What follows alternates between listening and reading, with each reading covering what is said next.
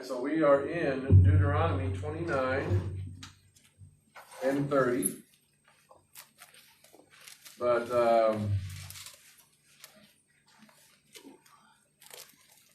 we're looking at some of the things that are revealed and to whom and for what purpose. Because again, when we were talking about a little bit earlier, there is a lot of confusion on what exactly that means and what is it for.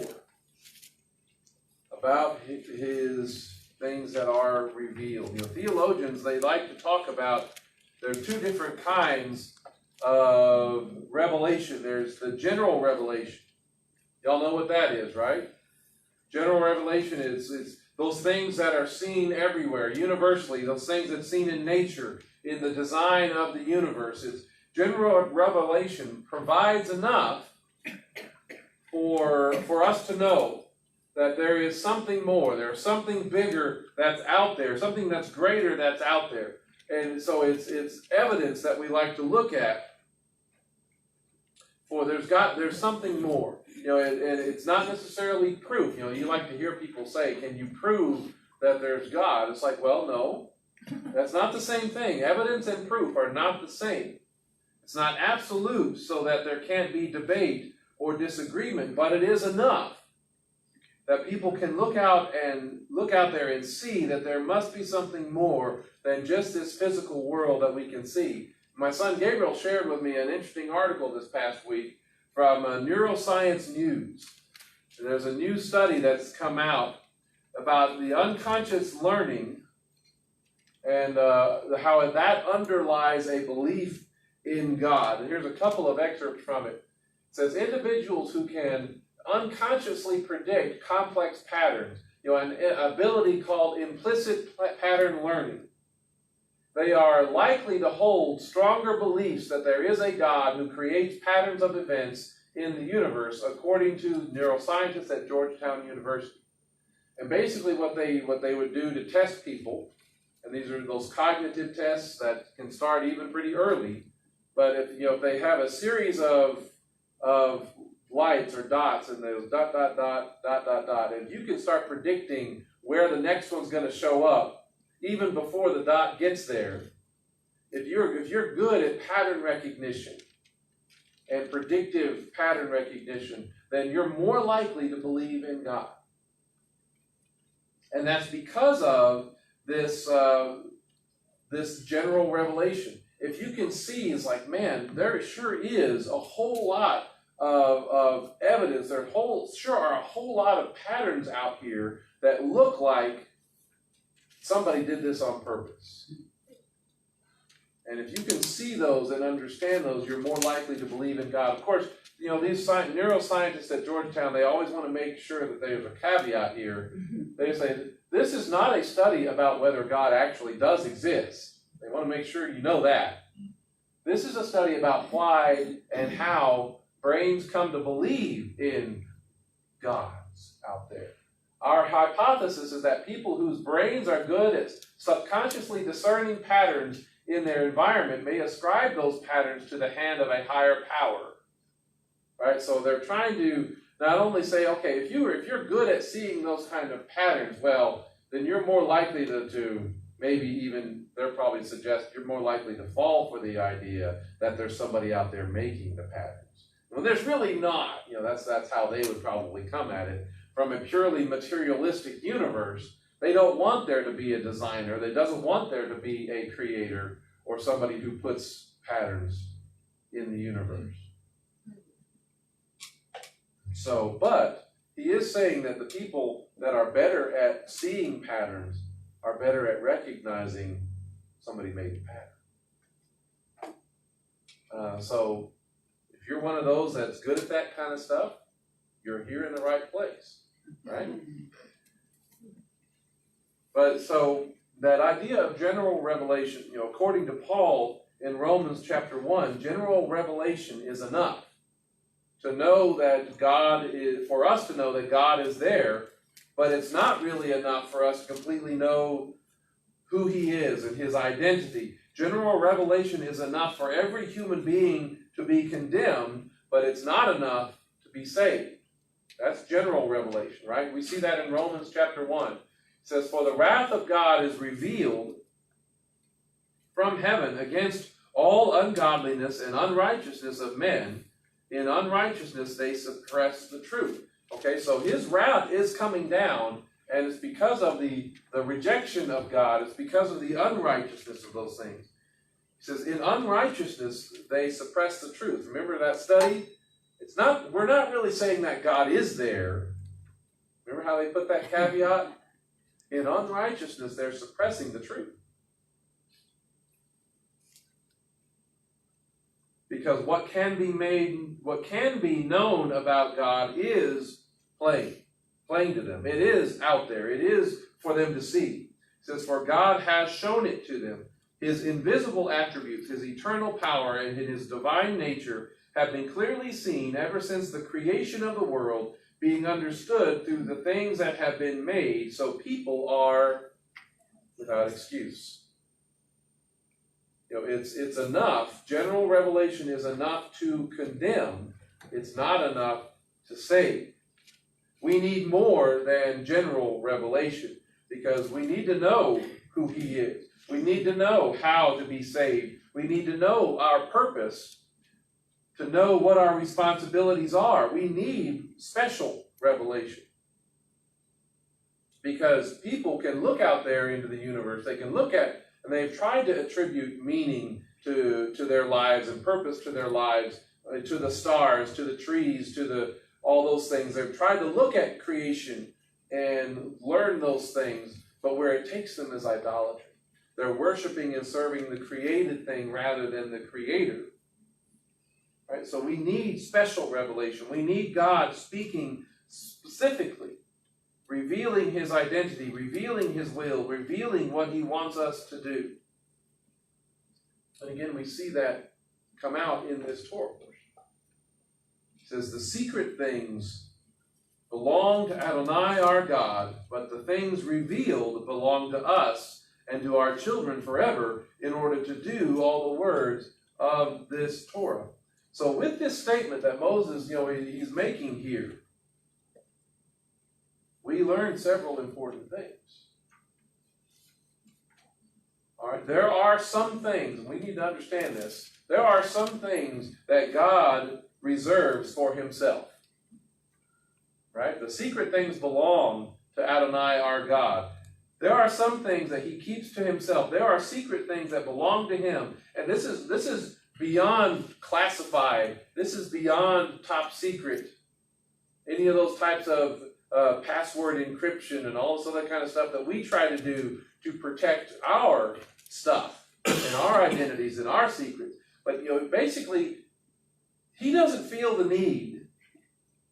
He has no obligation to tell us everything that he knows. Nor does he feel the need or have any obligation to tell us everything we would like to know. There are some things that belong only to him. And he will keep it to himself. He is fully within his right. He is fully within his authority to keep those things to himself. He has no reason, has no obligation to tell you. Okay? When it talks about the secret things, it's the word kathar, which means to hide or conceal carefully, to keep it close. Okay? To keep it close. Don't we do that sometimes? Don't we keep some things close to the vest? We keep our thoughts to ourselves, right? Some people are better at that than others. It's first used by Cain. I don't know why these are all up here at the same time. First used by Cain in Genesis 4, where he was hiding from God's presence. He was concealing himself. He was trying to make himself and what he had done a secret. It wasn't very successful.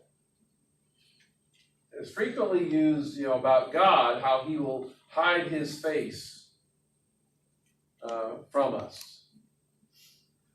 In the Septuagint, it's the word kryptos, where we get the word cryptic. So we use this idea of the secret things, the concealed things about that. We read in Proverbs, it's the glory of God to conceal a matter. It's like, hey, these belong to me. I'm going to hide them if I want to. Right? It's the glory of God to conceal a matter, and the glory of kings to search it out. Again, what kind of person do you want to be? See, God has things that He has concealed. He has made a bit of a secret. And if you want to be royalty, if you want to be a royal type of person in heart and mind and spirit, you're going to go seeking out those things that He has hidden. Because not everybody is supposed to know it. So there are things that are secret things. There are things that are concealed. But there are also things that are revealed. And again, He reveals only what He wants us to know. What He thinks that we need to know. He reveals what He wants only to whom He wants. Right, that's that passage where He says,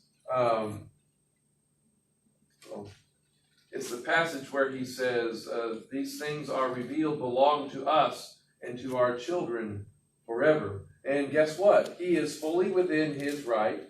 He is fully within His authority to reveal it only to whom He wants to. He doesn't take a poll. He doesn't ask opinion. This is not a democracy. He reveals it to whom He wants to. The word revealed is galah, which means to uncover or remove. It's like clothing. It's where you're discovering or somebody is revealing themselves. You know, they've been hiding in the corner in the dark and they come out and say, boo. Right? I have a daughter who does that from time to time. She's revealing herself. But to be uncovered, to be disclosed, uncovered, or laid bare, to make known, to show, to reveal, to expose. It can have positive and negative kind of connotations in context. The first usage of this is in Genesis chapter 9 with Noah. You know, after he drinks, gets drunk, and he is lying there exposed. Things were revealed that weren't supposed to be, right? But there's something that's hidden. There's something behind a curtain or a veil. It's in the dark and you can't see it. But you know something's there. Y'all ever had that feeling where you walked into a room and you're like, someone else is in here or someone else is in the house. I can't see them. I don't know exactly where they are, but I can tell they're here, right? For you to know what's there, the curtain essentially needs to be opened, the light needs to be turned on, for you to know what's there. And there are two ways or circumstances that these, I guess circumstances may not be the right word. Perhaps attitudes or emotions connected with how things are revealed. Remember, it's positive and negative. There's two kinds of things that are revealing. The negative, when you think about this, there's a political scandal. Do you want that scandal to be revealed? Do you want everybody to find out about it? Not really. Okay? They want to keep their scandals hidden. If there is an affair, if somebody's having an affair, if there's a sin in some way, if there are skeletons in the closet, sinners are ashamed of their sin. They don't actually want things to be revealed. They want to keep them hidden and in the dark. But do those things need to be exposed? Do those things need to be brought to light? Very much so. We need to understand that our sins will find you out. Right? We know those kind of concepts. They need to be, they should be, they will be, so that corruption can be dealt with. We don't like to talk about our failures. We don't like to talk about crime that we have done. We're afraid of people finding out and things being revealed. The other one is that, is more positive in the sense of how things are revealed. If you've ever seen or watched The Price is Right or some of those game shows, that are out there, they like to hide the prize or what you won or what you're going to win, what you might win. They like to hide it behind a curtain, right? So what happens when they open it up to let you see what it is? Oh! You see all those people that are freaking out, like, oh my gosh, I just won a new car. And they're all excited, and they love to get that on camera, right? What about people when they make engagement announcements? Those are the kind of revealing things, our successes as opposed to our failures. We want to tell people about the good things that we've done. There's all the new parents. There's that trend about doing the gender reveal kind of stuff. I like those moments. If you remember the show Fixer Upper, remember that? Where they would do this kind of moment. The home makeover thing, where they would hide what the house used to look like, and then they would open up the blind so they can see what it looks like now. Right? The first group does not want the revealing, but the second group does. They want these things to be made known. They want to see what it is. So if of those kind of two emotions, of those kind of two options, which one do you think best describes God of these? Which one is him? Yeah, he's over here. This is who he wants to be. Behind door number 2, absolutely. He wants to be that. He's not really afraid of getting caught, is he? No. There's nothing that he has ever done that he is embarrassed about or ashamed of. He's not guilty of anything. He's not remorseful about things like that. Not at all. God actually wants to reveal fully and completely what he's doing, who he is. What's one of the primary reasons why he conceals things at this point? What would happen if he fully revealed himself to this world right now? How many of us would survive? Not many, right? Not many would survive. We cannot see his face. We cannot see his glory and live. So for him to hide his face from us, that's really ultimately for our benefit at this point, right? So who did the Father make this special revelation to? Moses described it in that chapter in verse. He described it as us and our children. There's that present generation that's there in that moment, but he also talks about and their children, which means all of their future generations. He is going to reveal it to them as well. We look at Amos chapter 3, for the Lord Adonai will do nothing unless he has revealed his counsel to his servants, the prophets. Are the prophets some of those children, those descendants? Yes. Okay? We read in, Paul is speaking about this reality, this revealing to his children, all those that were there, those Jewish people that were there. He says, what is the advantage of being Jewish, or what is the benefit of circumcision? Much in every way. First of all, they were entrusted with the sayings of God. Okay, that's that revelation of what he spoke, of what he said, of what he did. That has been revealed to them. Chapter 9, he comes back to it. He says, to them belong the adoption and the glory and the covenants and the giving of the Torah and the temple service and the promises. Can we know these things by general revelation? No. All of these things up here are given by special revelation. He gave it to them and their children. And that includes, the glory. They saw some of that. The covenants were given to them. The Torah was given to them. Even the elements of the temple service was given to them.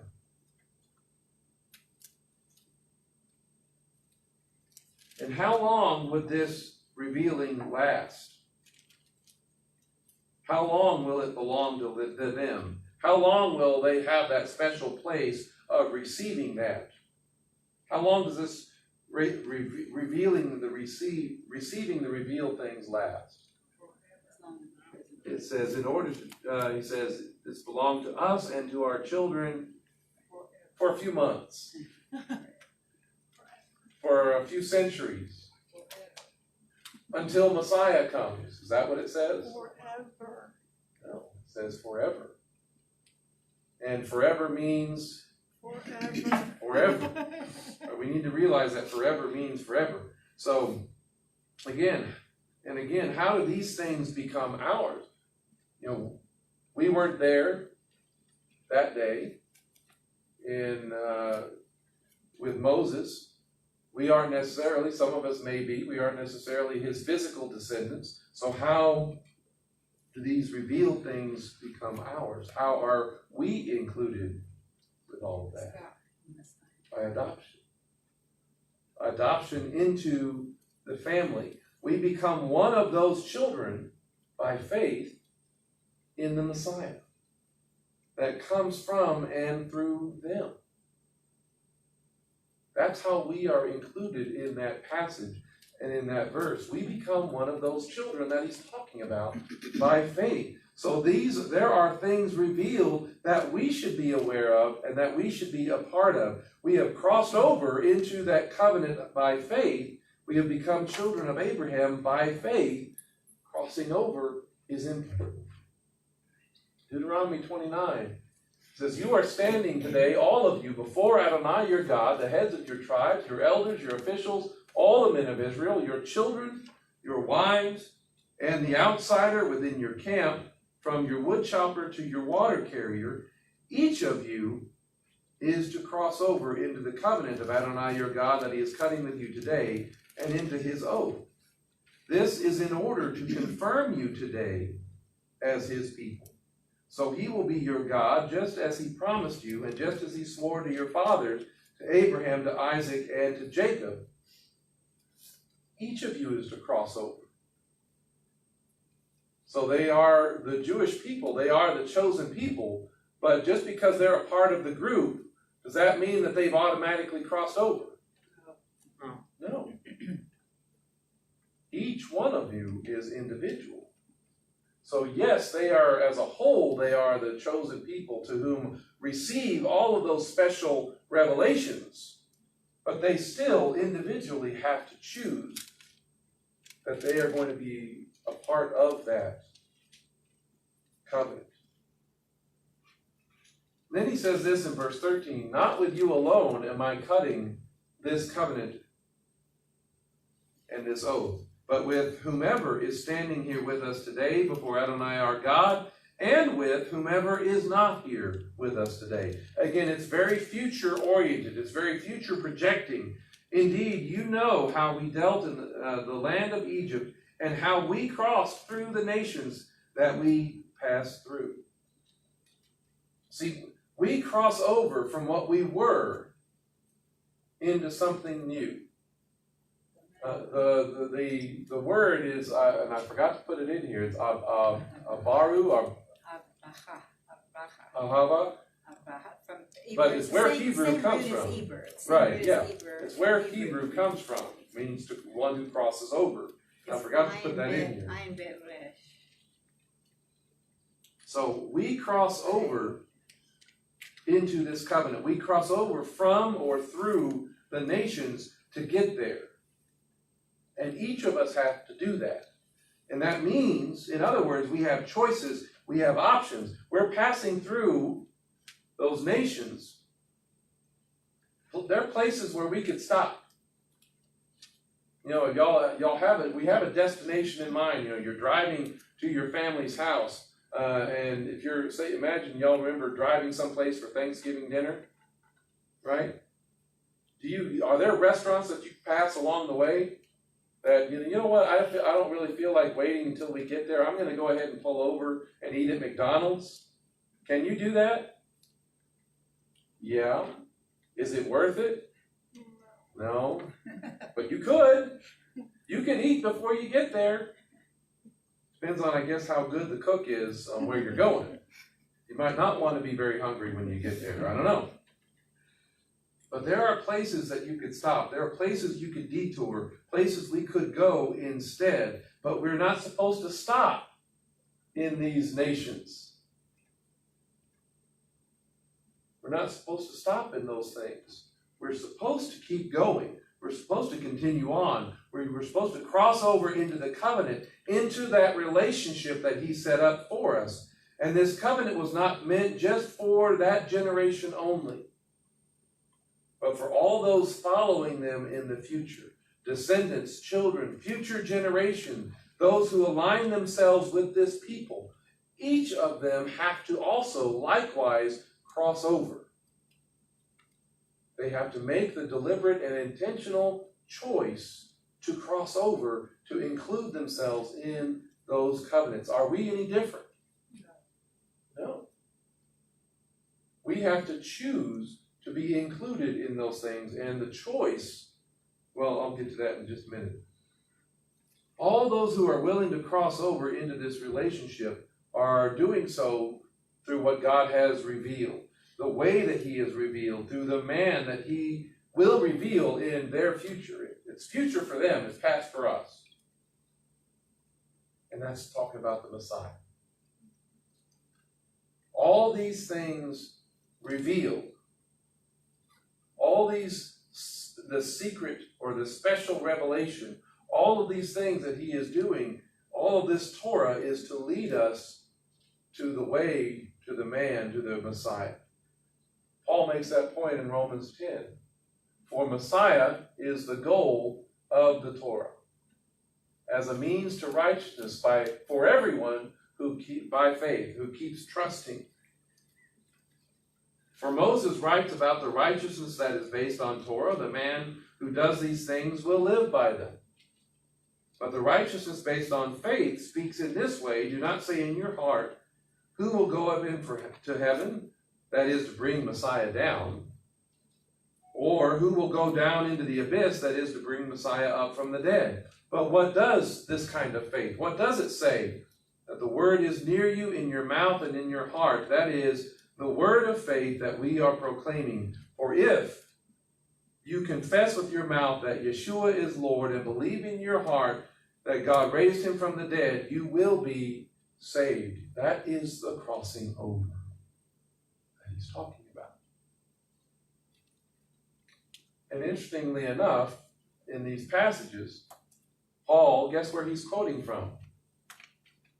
He's quoting from right here in Deuteronomy chapter 30. He's making the point that the revealed word of God is how we as the people of God are supposed to live, because that is the demonstration that we have crossed over, that we haven't taken the pit stop somewhere else. Because that's how, ultimately, that's how what was revealed in Messiah. Because this is how he lived. This is how he lived. He has perfectly lived the commandments of God. He has perfectly lived the mitzvah of God's will. And he does that not so we get off the hook. He does so not so we don't have to, but so that we can be empowered to. Not to show its impossibility, but to show the possibility that God himself will make a way for his people to live in righteousness. God does not give an impossible standard, or one that he doesn't want us to ever live by, or at least strive to live by. He gives us the Torah. He gives us the Messiah. He reveals those things. He gives the Holy Spirit. He gives a new heart, so we will live this way. So we will want to, because it's supposed to be in our heart. Because it's supposed to be because we love him. We should not consider his Torah an impossibility. Because any Jewish person who reads this quote from Paul will recognize this quote from Deuteronomy, and he would also know its context. So look over in Deuteronomy 30, verse 11. He says, for this mitzvah that I am commanding you today is not too difficult for you. nor is it far off. It is not supposed to be considered. You're not supposed to think of this as completely out of your reach, and you have no hope, you have no ability, nothing to. Because if we think something's impossible, are we ever going to even try? No. If there's no chance, then we won't even bother. But he says specifically, it is not too difficult for you, neither is it too far off. It is not in the heavens. So it's not, God is not keeping it up there to himself. He's not made it a secret so that you won't know it. Right? Remember, does he have the authority to keep it to himself? Yeah, could he keep it up there in the heavens? Sure. He is well within his right to do so, but he hasn't done that. He said, it's not in the heavens that you should say, who will go up for us to the heavens and get it for us and have us hear it so that we may do it. Right? It's not up there. It says, nor is it across the sea. It's not somewhere so far away that you have no hope of ever getting to it, that you should say, who will cross over there for us to the other side of the sea to get it for us and have us hear it so that we may do it. See, the Father has revealed his will and his commands to his people, and he's done that really from the beginning, and most clearly as Hebrews chapter 1 talks about, through the Yeshua the Messiah, who has been, where has Yeshua come from? Didn't he come from there? Right? He's been there. Messiah has been there. And he has brought everything that we need down to us. Messiah has crossed over the divide of the great sea, essentially, that surrounds the throne of God. He has crossed that sea and that separates us from him, and he has brought it to us. For what purpose? You'll notice that what we started with when talking about special revelation, all those revealed things, I showed you how God actually does want us to know him and to know his will, but there's a purpose that was there that I haven't talked about yet. I'm sorry. No, the word is very near you, in your mouth and in your heart. For what purpose? To do it. That's why it's in our mouth. That's why it's in our heart. That's why it's a part of the whole statement of faith about loving the Lord our God with all our heart, soul, mind, and strength. Because where is the word supposed to be? In our heart. It's supposed to be spoken. Talk about it when you sit in your house, when you walk along the road, when you lie down, and when you get up. So the word is supposed to be on our lips. Right? Remember this passage. The secret things belong to Adonai our God. If he wanted to keep it a secret, he'd keep it up in heaven. But the things revealed belong to us and to our children forever, in order to do, observe, or produce, or celebrate. That's what this word means, in order to do. There's supposed to be a sense of celebration in the fact that we are able to do them at all, to know them at all. All the words of this Torah, in order to do, observe, produce, celebrate all the words of this Torah. Now, going back to chapter 30, again, it's not too difficult for you. Look how it is in here. This should be our desire. It's not up in the heavens that we need somebody to say, hey, please get it for us so we can hear it, so we may do it. See, the desire should be there. It's not over the sea, so we need somebody to go get it for us so we can hear it, so we can do it. We should have the desire to do it. The words is very near you, in your mouth, in your heart, to do it. He has revealed what we need. He has revealed what he wants us to know for the purpose of us doing it. And what's interesting, when you look at that word, I'm going to show you the word as it is in the Septuagint. The Greek word that they use to translate that is poeo. It appears 571 times in 504 verses in the New Testament. In the New Testament. So is observing and doing an important concept in the New Testament? Yes, it is. It means to do, to make, to bring forth, to work or perform, to produce, to bear, to shoot forth, or even to the idea of acquiring, but to carry out or execute. So again, these are things that, and I'm not going to go through all 571 times, just so you know, but I'm going to give you a couple of examples. One of them is in Matthew a lot. One of them is Matthew chapter 3, verse 8, where he says, produce fruit in what? In keeping with repentance. You're supposed to do or produce fruit.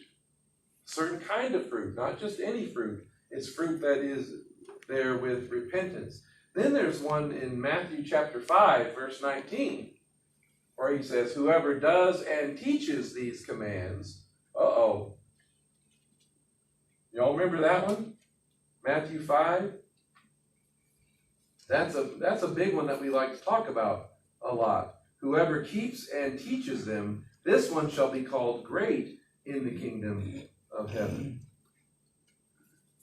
Right? So that idea of doing, observing, that's back here in Deuteronomy. They understand this word, and Matthew uses the same word to talk about doing and keeping the commandments of God, even here in Matthew. So God reveals, he removes the concealment. He removes the hidden nature of something. He opens our eyes so that we can see his will. He doesn't do that so we can just say, okay, no thank you. This looks really hard. I can't do it. He reveals these things not so we won't do it, but so that we will do it. See, when it's hidden, when it was hidden and concealed, we couldn't do it at all. Right? And when it's hidden, when it's concealed, we don't know his will. There's no way we can do it if we don't know what the standard is. So the purpose of it, the revealing of his word, the revealing of his command, his instruction, his Torah, is that so that we will as his people. If we have truly crossed over, it's so that we will. And he reveals the Messiah, so we'll have a better understanding of what doing his will looks like. And we'll realize that he is transferring to us the ability to do it. Not another excuse not to, but truly the power for us to be able to. Messiah is part of what he reveals. It's the goal of what he is revealing. And part of that legacy passed to the children forever for this purpose. And we need to understand that Torah, without the Messiah, we don't have the power for that. But Torah with the Messiah is a totally different ballgame. With the accompanying Holy Spirit that comes by faith in Messiah, it is possible. This is the difference between living by the flesh and living by the Spirit. Right? Paul makes that argument. For what was impossible for the Torah, since it was weakened on account of the flesh, God has done. Seeing his own Son in the likeness of sinful flesh and as a sin offering, he condemned sin in the flesh, so that the requirement of the Torah might be fulfilled in us, who do not walk according to the flesh, but according to the Ruach. The requirements of the Torah, what is that referring to? That's talking about the wages of sin, right? The wages of sin, the requirement of that the Torah requires is what? It's death. The wages of sin is death. The New Testament defines sin how? 1 John 3:4. Sin is the breaking of breaking of the Torah.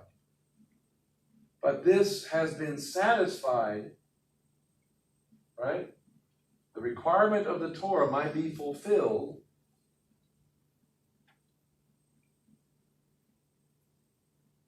in Him. In Him.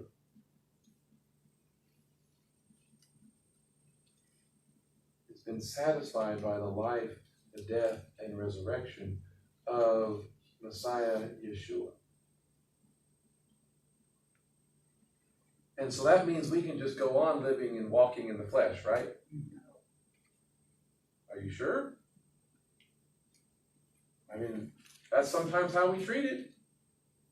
That I'm off the hook. That I can live however I want. Is that true? No. The requirement of the Torah might be fulfilled in us. We don't walk according to the flesh anymore, but now according to the Spirit, the Ruach. For those who live according to the flesh set their minds on the things of the flesh, but those who live according to the Ruach set their minds on the things of the Ruach. For the mindset of the flesh is death. That's part of those wages, those requirements. But the mindset of the Spirit, or the Ruach, is life and shalom. Messiah Yeshua did fulfill the requirement of the Torah so that we can stop walking in the flesh. So we can stop walking in sin and start walking in the Spirit. So we can walk in life. So we can walk in shalom, in peace. And so in Deuteronomy chapter 30, verse 15 and 19, talks about setting before us life and death, blessing and curses. The flesh can only choose one thing. Apart from Messiah, the flesh can only choose the curse. It can only not please God. It's the believers who are living, who have crossed over, those who have put their faith in where everything is pointing to, the goal of the Torah in Messiah. Believers in Messiah are the only ones who truly have the ability to choose either way. Right? For the mindset of the flesh is hostile toward God, for it does not submit itself to the law of God, the Torah of God, for it can't. It can't. It doesn't even have the option. So those who are in the flesh cannot please God. However, you are not in the flesh, but in the Ruach, if indeed the Ruach Elohim dwells in you. Now, if anyone does not have the Ruach of Messiah, he does not belong to him. But if Messiah is in you, you've crossed over through the body. Though the body is dead because of sin, yet the Spirit is alive because of righteousness. We now have the ability to choose life and blessing. We now have the ability to please God by walking in the Spirit. We didn't have it before, but now we do. So the question is, why don't we? If we have crossed over into the covenant, if we have crossed through the nations, if we've been made children of Abraham, why don't we? A part of the reason is because we listen to the excuses more than the call to righteousness. Which ultimately boils down to, we don't really want to. We don't really want to live by the Spirit. We don't really want to please God because we carry with us a love of darkness rather than light. And there's an interesting thing that's revealed in Deuteronomy 29 about those who have crossed over. We like to think it shows up, it's that verse 17 of chapter 29. He says, beware in case there is among you a man or woman or family or tribe. It can be an individual, it can be a small group, it can be a large group, whose heart turns away today from Adonai our God to go and serve the gods of those nations. Beware in case there is among you a root producing poison and bitter fruit, or wormwood. Even among those who outwardly, who you would think are those that have crossed over, among, the large group of people still individually had to choose. Each of you must cross over, right? So everybody, within this large group, there are going to be people who have not really crossed over. You see that?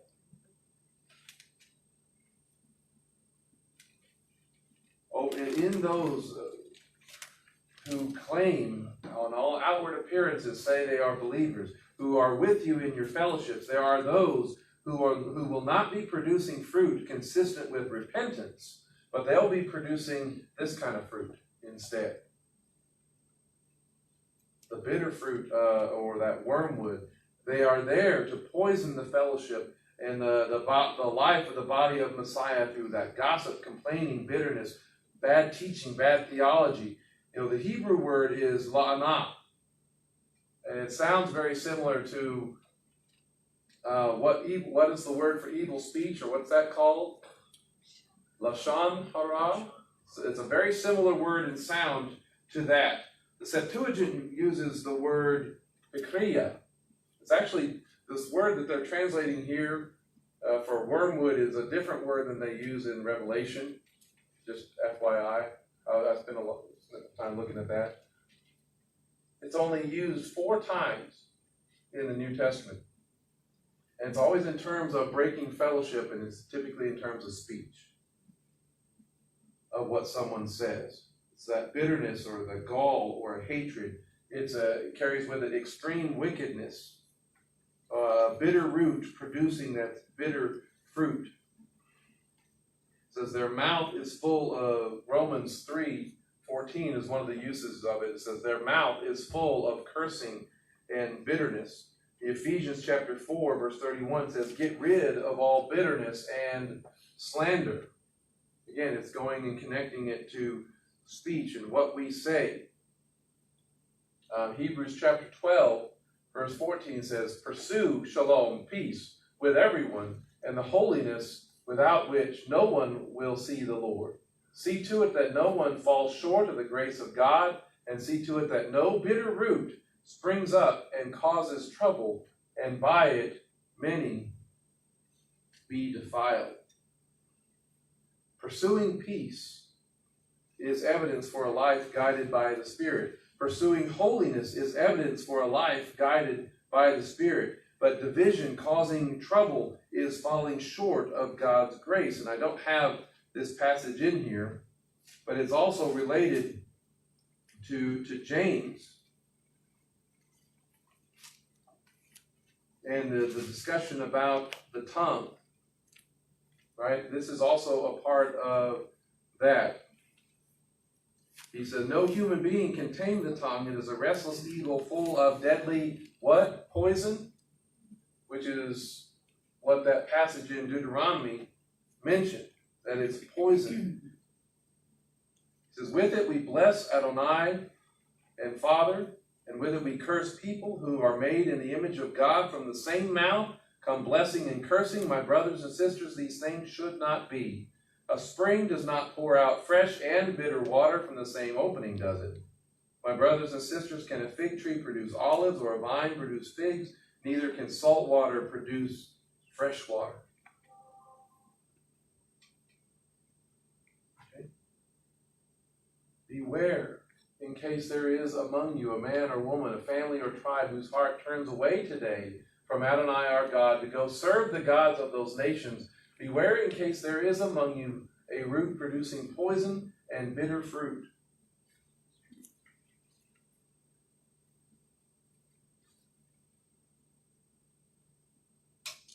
There are tares among the wheat. There are wolves among the sheep. The ones who went out from us but never really belonged to us, as John talks about. There is so much division and bitterness and poison in our country, and even in many congregations of God's people, because we have people who are not living by the Spirit but by the flesh. But notice what the source is for that bitterness and that poison. The source of that is their heart turning away from Adonai our God. The source is that they are serving the gods of the nations they were supposed to have crossed through and crossed over. Right? Turning away from the Lord, disobeying him in his ways, going after other gods, following your own flesh and stubbornness. We see that in the very next verse. Now, when someone hears the words of this oath and in his heart considers himself blessed, it's like, oh yeah, that sounds great. I want to be a part of that. Thinking, I'll get all the benefits. Shalom will be mine. Even though I walk in the stubbornness of my heart, and even though I don't intend to change a thing about who I am and how I live. I'm not going to do it his way. I'm going to keep doing it my way. I'm going to live the way I want to.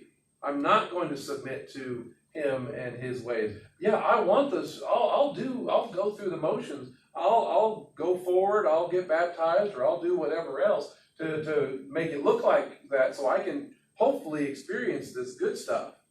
But I don't really want the responsibility that comes from a changed life. Right? Thus, sweeping away the moist, the good things with the dry, the stubbornness of their heart. They're lying to themselves and to everybody else, thinking they will have peace with God while doing, living, and walking however they want. Stubbornness, refusal, making excuses, justifying why they don't have to, why they don't want to or need to. That is the same as going after other gods. It says that in chapter 30. But if your heart turns away, and you do not listen, but you are drawn away and bow down to other gods and worship them, I tell you today that you will certainly perish. You will not prolong your days on the land where you are about to cross over the Jordan to go in to possess. There's that crossing over again. Right? If your heart turns away and you go your own way, you are worshiping other gods. So in contrast to that, though, the more that we love God, the more that we will want to obey him, not to earn salvation, not to be saved, but because we are. We will want to walk in his ways. And that is the cure. The desire, the heart to walk in his ways is the cure for the poison, for the bitterness, and the division. A life of walking by the Spirit is a life of shalom and peace by the Spirit in obedience to his word, because that is the purpose of why we were given it in the first place. That special revelation is so that we will do it. Right? And so he says, I call heavens and the earth to witness about you today that I have set before you. I'm revealing to you life and death, the blessing and the curse. These are your options. Therefore, what does he want us to do? To choose life. So that you and your descendants may live. He wants us to choose to follow him and his ways, to keep his commands, to do them, because that's why he showed them to us in the first place. So by loving Adonai your God, listening to his voice, and clinging to him, for he is your life and the length of your days, that you may dwell in the land that Adonai swore to your fathers, to Abraham, to Isaac, and to Jacob, to give them. See, one thing we need to realize is that he revealed his will and his word in promising, as Dr. Hahn likes to talk about a lot, the land and the lineage, right? The descendants and the place. So he is not asking us to do anything that he himself is not willing to do. Because he told us what he's going to do, and the question is he going to do it? And the answer is yes, he will. He has done all of those things. He has revealed all of those things because he is going to do what he says. And he wants us to be the kind of people that when we agree to cross over and to be a part of it, that we'll be like him and and do what we agreed to do. That makes sense? That's where we're at. He has revealed and given these things. These secret things have been revealed so that we can know him and so that we can do his will.